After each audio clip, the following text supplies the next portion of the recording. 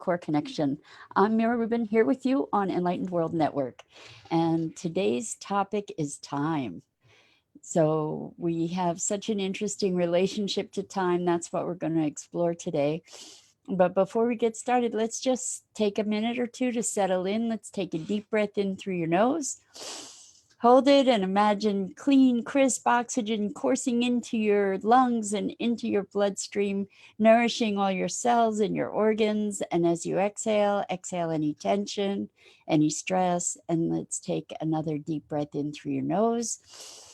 Hold it, and this time imagine sparkling white light beaming through every molecule in your being and beyond, connecting you with the world around you. And now let's just gently take our palms and press them softly together and softly rub your fingers against your palms. Feel the tickling in your fingers and in your palms and how delicious that is, and allow yourselves to come present right here, right now. And good morning, Sally De La Rosa. So glad you're here with us. And welcome to everybody else who's here this morning. Great to see you. So let's talk about time. Uh, I don't know about you. I have a very interesting relationship to time. I'm on time. I'm very much on time. However, when people ask me when something happened, in terms of years or in my life, I have no sense of time at all. Good morning, Dido. Welcome. We're talking about time this morning and our relationship to it and how our relationship to it shapes our experience of it. So I actually have a friend who knows my timeline better than I do. She knows when events happened in my life better than I do because I really have no long-term perspective on time at all. And I guess we can't really talk about long-term perspective on time without talking about age, because I know that we have different experiences of age, and I don't have any relationship to my age at all. Like when I look at the numbers, that it just boggles me. I don't really relate to that. I'm wondering about what's your relationship to your age? I know that some people identify with being old or being young, and I have people that are younger than me telling me how old they are, and I just I just shake my head because I don't relate. I don't feel old. I don't feel young. I kind of feel like I exist outside of time in a way. My body doesn't look that way to me, or to others, but I I really don't experience age per se. And it's interesting to me to have such a disconnected relationship to the passage of time, like in terms of months or years, and yet to be on time. And like when there's an appointment, I'm there on time. When I need to go somewhere, I'm there on time. And I don't particularly stress about time. A lot of us do. We feel, uh-oh, time's running out. I only have so much more time left, or else we cherished our time together.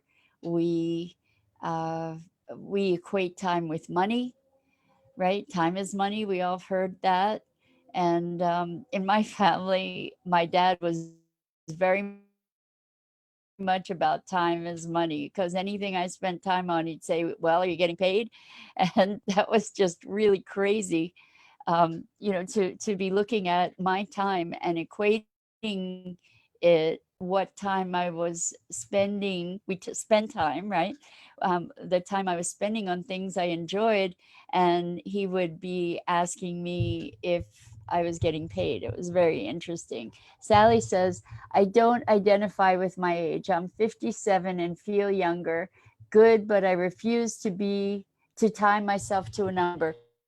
You and me both, Sally. You and me both. I am finding that as I get older, I feel more expressed, more free, more at peace.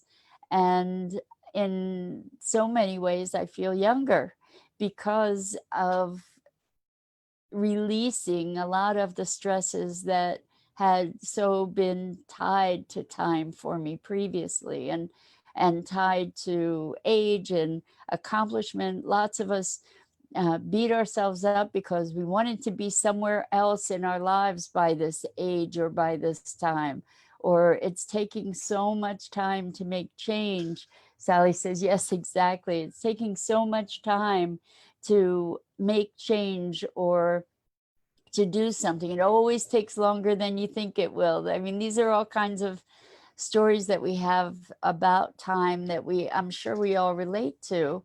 And the good times also, that I personally, I've had people, I know a lot of people that say, oh, I wish I were 20 again. And I can tell you, I wouldn't trade back for one single day in my life. There's no way I would go back in time to another time in my life. I'm wondering if you have times in your life that you feel you would want to go back to, and also what can you create now?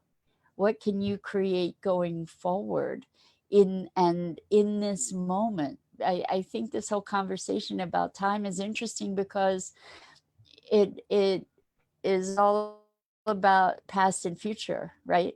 And not about presence, not about being here in this moment. And I'm wondering if you have a friendly relationship with time or a fraught relationship with time. Are you always struggling against the clock? Hello, Maria. Welcome, welcome, welcome. So glad you're here. And welcome to everybody else who's joining us in this conversation about time. And time is running out, or we get this sense of urgency through time is running out. And there are things that are time dependent that we get to look at. The question is, let's see, Sally says, never would I go through my 20s again. I am with you, Sally. I was so angry and wishy-washy, full of chaotic energy. Sally, I can say the same thing. I was angry and lost and depressed and through many years of my life. And I really would not revisit any of it. And I'm grateful to have had all those experiences because they shape who I am now. And they're the passages that I had to go through to get to this place. But I seriously would not trade a minute back. And it's interesting that you and I are in the same camp about that, Sally. Maybe some of you other folks who are listening and watching, maybe you want to weigh in on that. What is it for you? What is time for you? This is the best time of our lives. What about that? Or the worst times of our lives? And for me, I am really grateful to say that this is one of the best times of my life. And and that life is only getting better. And I know that that's not everyone's experience. However, I believe that a lot of it is a function of our thinking and our beliefs and the contexts that we create for ourselves and the experiences that we have. And I think that over time, there's another one, over time, we hopefully, we become less reactive. We become more acclimated, more easygoing because we know we've survived tough times. Here we go with times again. And Maria says, laugh out loud, time opens doors to be on with all of you. Oh, that's wonderful. That's wonderful, Maria. Thank you. I'm delighted that you're here with us. And Sally says, yes, but I absolutely love where I am today. That's awesome, Sally. That's what we can all hope for, right? That we, over time, we evolve and uh, emerge into a richer expression, a more authentic expression of ourselves. And time will tell. I love that one too. Time will tell. Like time holds the secrets. And as time unfolds, I love all these words that we use for the passage of time. And actually, that's a really cool one, because when we think of the passage of time, we think of time passing. But what about a passage, like a tunnel or a road, like a passage, the passage of time? And that time provides that place of passage, which is fascinating to me. Uh, Also, how about the relativity of time? That's really what we're talking about with age, or you've had experiences, I'm sure, where time flew by or time was at a crawl. And so these are relative experiences, right? What is it that makes time fly? When we're really engaged with something, we suspend our our inner timer, maybe, and we can find that hours pass by in the blink of an eye, and that is a state we call flow. Dawn, good morning. I'm so glad to have you here. Dawn says, I'm having the time of my life. Much love to all. That's beautiful. Yes, the time of my life. Isn't that's a really neat one to look at too, when we say the time of my life. If we think of it, all time exists within the context of our lives, right? Our experience of time, our concept of time, our notion of time all exists in the context of our own lives. So having the time of our lives is really an interesting thing, to be having time. How about that? Having time, losing time, gaining time. Uh, I just find this whole thing so fascinating. And back to the relativity of it, when we're in flow, we don't even experience time. It's like space out of time. And sometimes, there's another one, sometimes we experience a timelessness when we're meditating. And that is a place of presence beyond time. And what is that like? What happens to our bodies and our beings as we experience these times out of time, where it's almost a suspension of the passage of time? And those are moments that I particularly cherish. And I find, I don't know if you have a similar experience. I'm curious about this. Share with me, or share with all of us, uh, where some moments can go so slowly and it feels like each day lasts forever.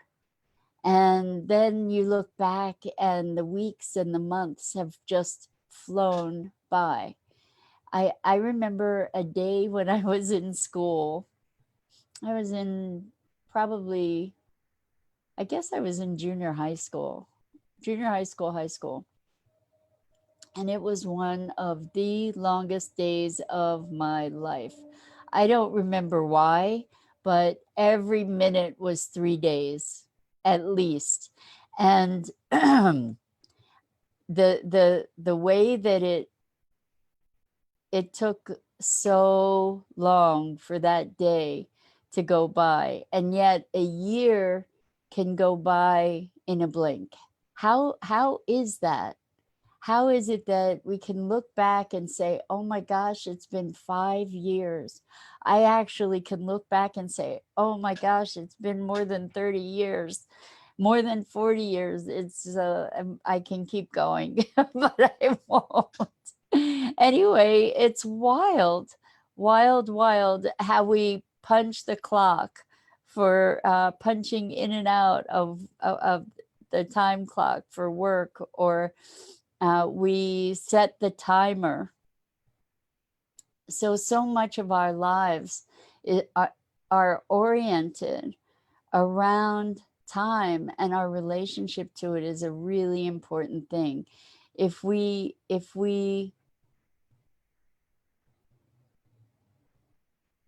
think about time as a commodity, you know, we have a limited amount of time here on the planet in a certain way, you know, in an actual way, in our physicality. We have X number of years, and we get to use those years in any number of ways, respecting that time or squandering that time, or really making good use of that time, etc., etc. Dido says, there's that expression that the days are long, but the years fly by. I have never heard that expression, but I find that so completely true in my experience. And I lose count of the days and the weeks, and it's I don't know if that helps to keep me young, because I don't feel the passage of time. I know that I remember when I was, well, I don't know, maybe I was in my late 30s. I was dating somebody who was 45, and he was telling me how old he was. And I just feel sadness for someone who feels at 45 that they're old.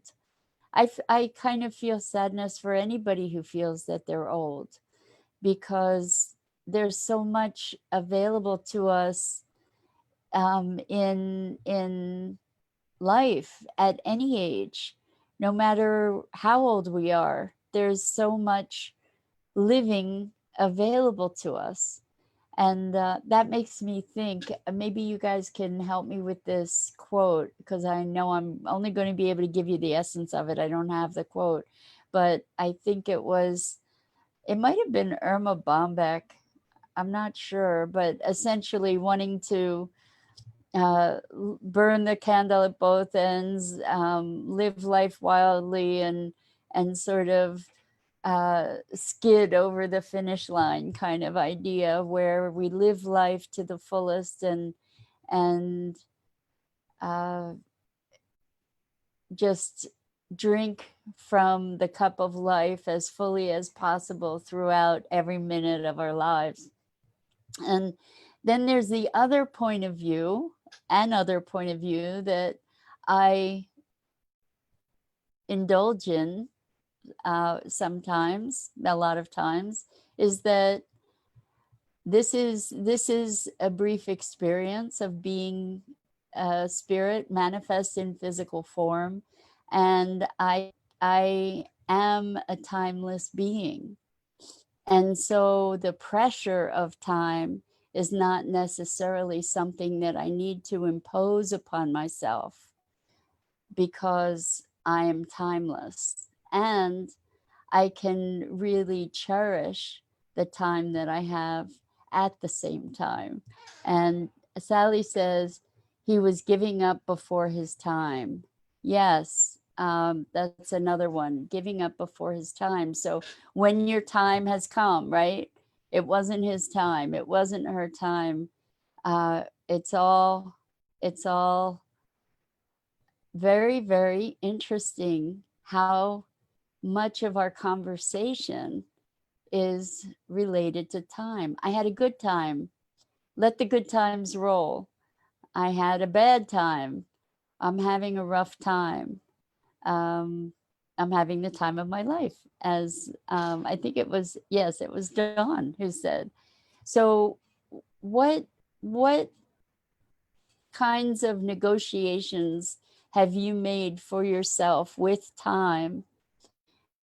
Because I don't particularly believe that there is such a thing as wasting time, because we're here for it. Okay, this gets into some interesting thinking, because if we're valuing our lives based on our external accomplishments, then we will potentially be looking at how we're wasting time, how we should have been at a different place by this time, how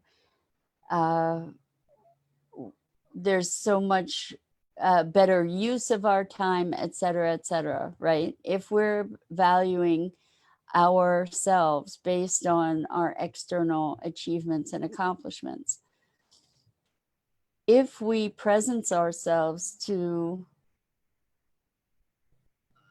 the experience of living,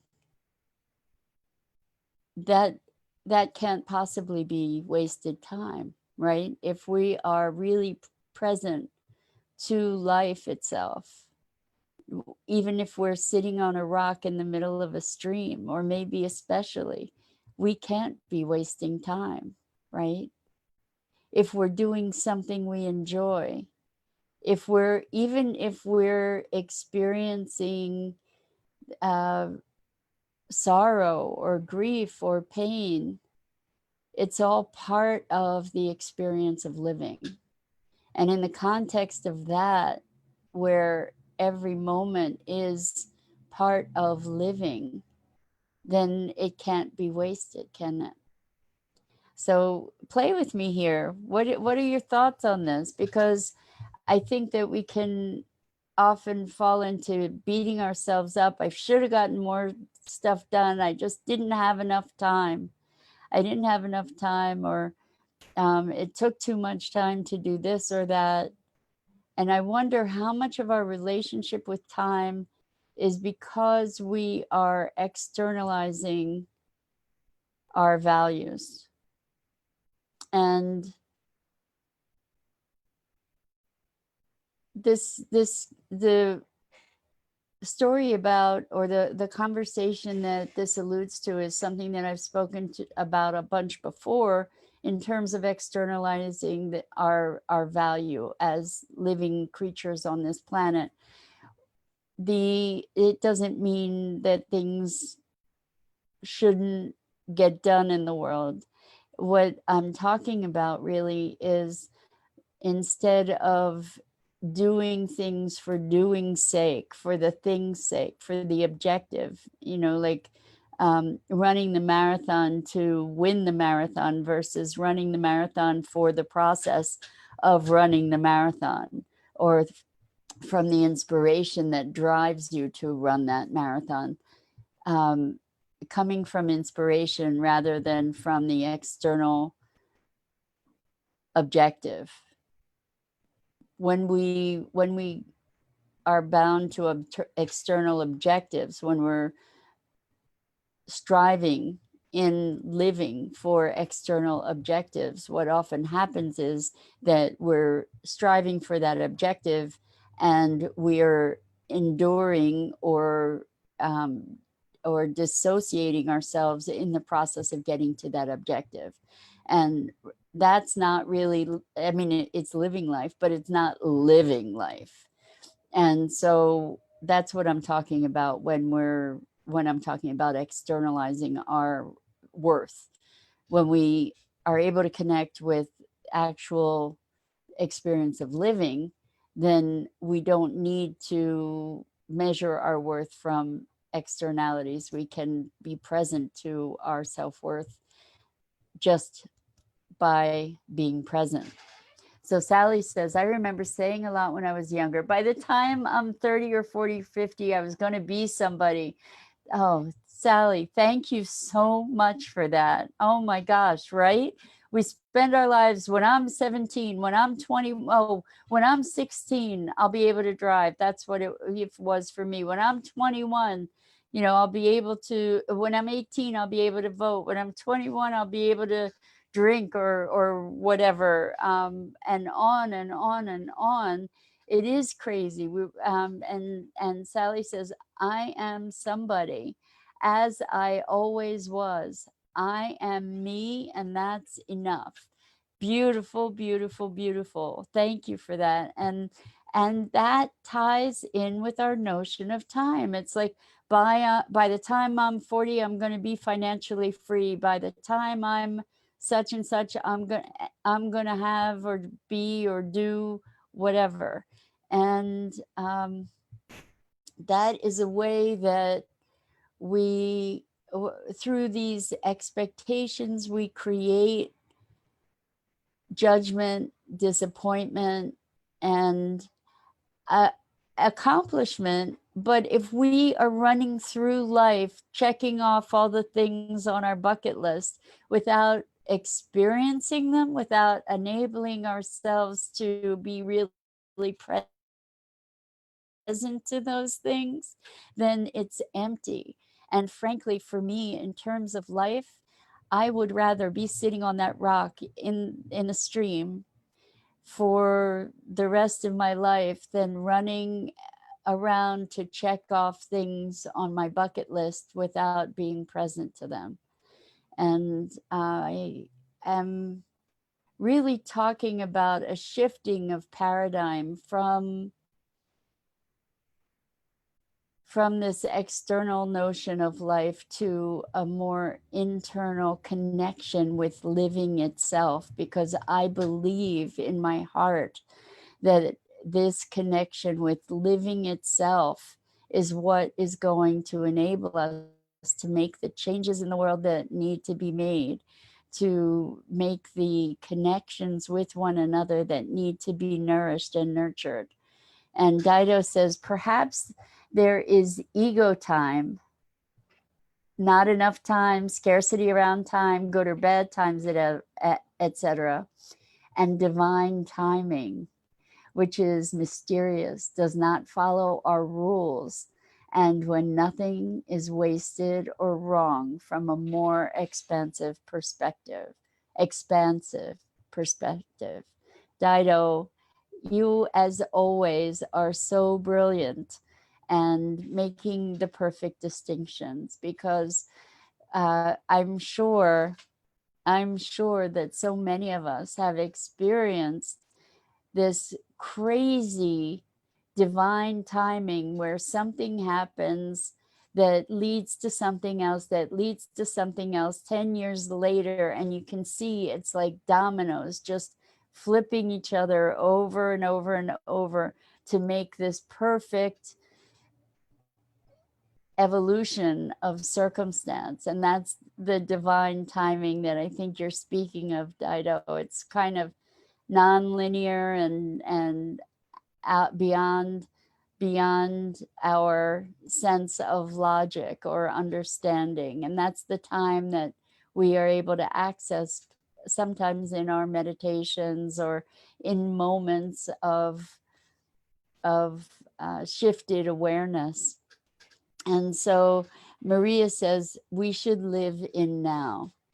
Well, that's the ultimate thing, right? To be present in this present moment. And when we are in the present moment, time kind of disappears. Time kind of just passes, but it's not a taskmaster, so many of us in ego time. Thank you for that distinction, Dido. In ego time, we feel scarcity, or we feel like we're wasting time, or we feel like time is passing us by, etc. And when we're connected, we reside more in divine timing, and life unfolds in its perfection. And Maria says, we cannot change past or frame future, but we have now to activate. Maria, I love that. And what is the past? So this gives us an opportunity to really look at what is the past, because the past is a memory, right?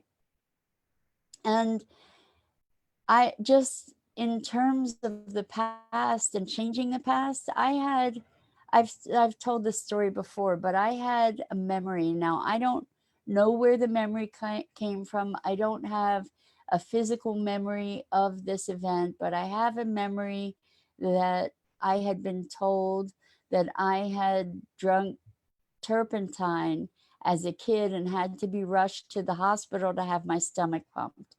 And I had that memory for years and years and years. And at one point, as an older adult, I actually asked my parents about them, and neither of them had any recollection of it at all. So I have no idea whether that was true or not. So, in terms of the past, the way that we remember the past changes our experience of the past, and it makes the past kind of unknowable in a way. So, one of the techniques that I use, well, NLP, neuro linguistic programming, does actually enable us to at least change our experience of the past.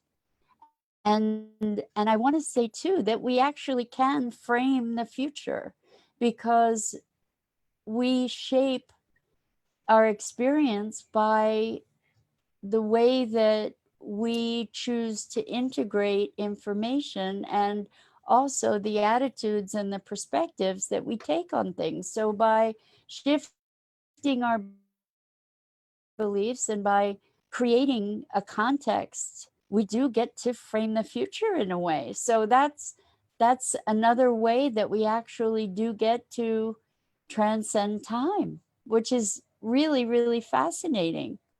So I